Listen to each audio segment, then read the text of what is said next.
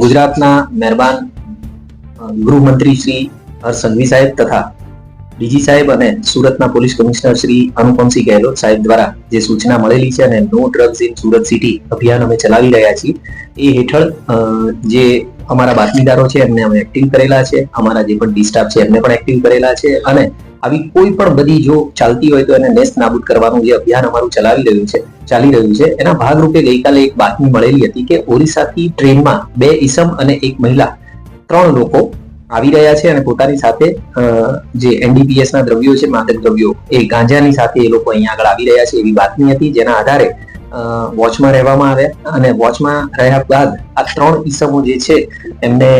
ઝડપી લેવામાં આવ્યા. ઝડપી અને એમની તલાશી લેતા એમની પાસેથી લગભગ 14 કિલો 681 ગ્રામ જેટલો ગાંજો કે જેની કિંમત 1,46,000 આસપાસની છે એ